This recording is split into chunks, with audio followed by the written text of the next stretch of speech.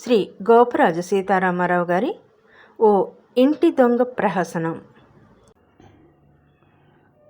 ఏమండోయ్, ఓ ఇంటి దొంగ ప్రహసనం అంటే నిజంగానే ప్రహసనం. మా ఊళ్ళో మా చిన్నప్పుడు అనమాట ఒక ఆవిడ ఉండేది. ఆవిడ మా చుట్టాలే. ఆవిడ దొంగతనం చేస్తుందని ఊళ్ళో వాళ్ళందరికీ తెలుసు, వాళ్ళ ఆయనకి కూడా తెలుసు. మరి ఇంటి దొంగని ఈశ్వరుడు కూడా పట్టలేడంటారు కదా, అది అబద్ధం నిరూపించేసిందండి ఆవిడ. ఎలా అంటారా, వాళ్ళు బాగా డబ్బున్నవాళ్ళు. వాళ్ళ ఆయన ఊళ్ళో పెద్ద మనిషి కూడాను. వాళ్ళ ఇంటికి ఎవరైనా చుట్టాలు వస్తే చాలు, ఆ చుట్టాల్లో మగాయన జేబులో ఉన్న డబ్బులు మాయమైపోతూ ఉంటాయి. ఆమె భర్త వెళ్ళేప్పుడు డబ్బులు లేవని వాళ్ళు సిగ్గుపడుతుంటే, అదేమిటిరా అలా సిగ్గుపడతారు, తీసుకోండి ఎంత పోయింది మీ డబ్బు అంటూ వాళ్ళ డబ్బు ఎంత పోయిందో అంతా ఆయన తిరిగి ఇచ్చేస్తూ ఉంటాడు. పైగా ఓ సామెత కూడా చెబుతూ ఉంటాడు, సొమ్ము సొమ్ములోనే ఉంటుందిరా, ఫీల్ అవ్వకండి అని చెప్పి పంపిస్తూ ఉంటాడండి. ఇది నిజంగా ఈ చిత్రమైన ప్రహసనమే కదా. ఈవిడ కథ ఊళ్ళో వాళ్ళందరికీ తెలుసు, ఆమె భర్తకి తెలుసు. ఇలా సాగిపోతుండగా ఓసారి ఈ కథ మా మేనత్తగారు ఉండేదని చెప్పాను కదండి, ముసలావిడ అరుగు మీద కూర్చుంటుందని, ఆవిడ దృష్టికి వచ్చింది. దాంతో ఆమె భర్త ఓనాడు వీధమ్మత పెడుతుంటే, ఒరేయ్ నీ పెళ్ళాం మగడా ఇలా రా అని చెప్పి పిలిచింది. ఏమిటి పిన్ని అంటూ వచ్చి కూర్చున్నాడు. ఎరా, మీ ఇంట్లోకి ఎవరు వచ్చినా వాళ్ళ డబ్బులు పోతూ ఉంటాయట కదా, అందరూ చెప్పుకుంటున్నారు, ఏమిటి కదా, మీ ఆవిడే తీస్తుందట కదా అని చెప్పేటప్పటికి ఆయన ముందు కొంచెం దొంగ అయినా, ఏం చెప్పమంటావు పిన్ని, అంతా అందరికీ తెలిసిన కథే, దాని బుద్ధి అలాంటిది, ఏం చేయమంటావు అన్నాడు. సిగ్గులు ఎదురా నీకు, పెళ్ళాన్ని కాస్త మందలించలేవు అని. ఆయన, ఏం మందలించను పిన్ని, సంసారంలో అనేక చిక్కులు వచ్చేస్తాయి, అలాంటిది ఏదైనా జరిగితే దానికి పౌరుషం ఎక్కువ, అభిమానం ఎక్కువ, తనని దొంగ అంటే ఊరుకుంటుంది, ఏ నూతులోనో గూతులోనో దొంగుతుందని నా భయం అని ఫీల్ అయ్యాడు.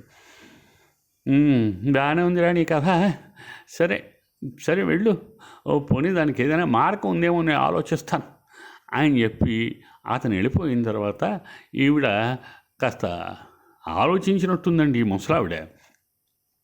తర్వాత కొన్నాళ్ళకి వాళ్ళ ఇంటికి ఆయన చెల్లెలు భర్త వచ్చారండి. వస్తూ మా వీధమ్మట వాళ్ళ ఇంటికి వెడుతూ ఉంటారు కదా, మాది మెయిన్ రోడ్లో ఉంది ఇల్లు.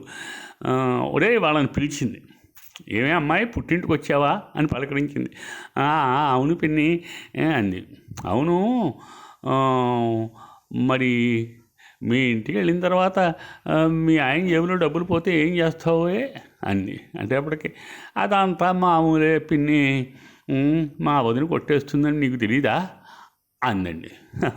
దాంతో ముసలావిడ నమ్మి, వాడు మీ మొహాలు బండ, మీ వదిన జేబులు కొట్టేయడం, మీ అన్న ఏమో తిరిగి ఆ డబ్బులు మీకు ఇవ్వడం ఏమిటి భాగవతం, ఇదిగో చూడు ఒరే అబ్బాయి, ఆ అమ్మాయి భర్తని పిలిచి చూడు, నీ ఇంటికి వెళ్ళగానే నీ జేబులో డబ్బులు ఎంత ఉన్నాయో లెక్కెట్టి, ఆ చొక్కా ప్యాంటు ఆ కొక్కికి తగిలించేలాగా ఆ డబ్బు అంతా తీసి ఆవిడని పిలిచి ఆవిడ చేతిలో పెట్టు. ఇదిగో పిన్ని,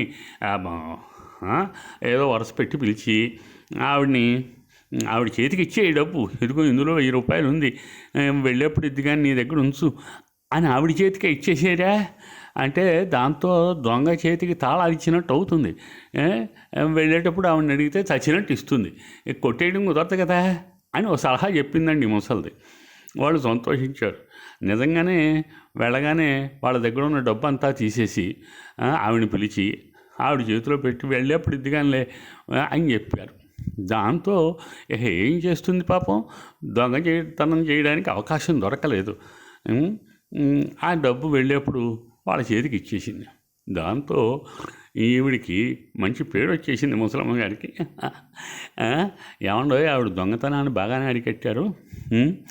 ఆవిడికి దొంగ బుద్ధి అంటే అదేదో గొప్ప విషయంలాగా ఎవరికి తెలియకుండా చేస్తున్నాం అన్న ఫీలింగ్ తప్ప వాస్తవానికి దొంగతనం చేయవలసిన అవసరం ఏం లేదు ఆవిడికి. కాకపోతే అదేదో సరదాగా చిలిపి బుద్ధిగా అలా అలవాటు చేసుకుంది, కొట్టేస్తూ ఉంటుంది. భర్త కూడా చెప్పడం, ఎవరు పోగొట్టుకున్నారో వాళ్ళకి డబ్బులు ఇచ్చేస్తూ ఉంటాడు. ఇదంతా గమ్మత్తుగా ఉండేదండి మా చిన్నప్పుడు. ఇంకో ప్రహసనం, మా ముసలావిడి తెలివితేటలు అన్నీ ఇన్ని కాదండోయ్. మా మేనత్త అడుగు మీద కూర్చుని ఎన్నో వ్యవహారాలు ఇలాంటివి చక్కబెడుతూ ఉండేది. మరో కథలో ఆవిడ గురించి అదో ప్రహసనం, ముఖ్యమైన విషయం చెబుతాను. ఉంటానండి. Thank you.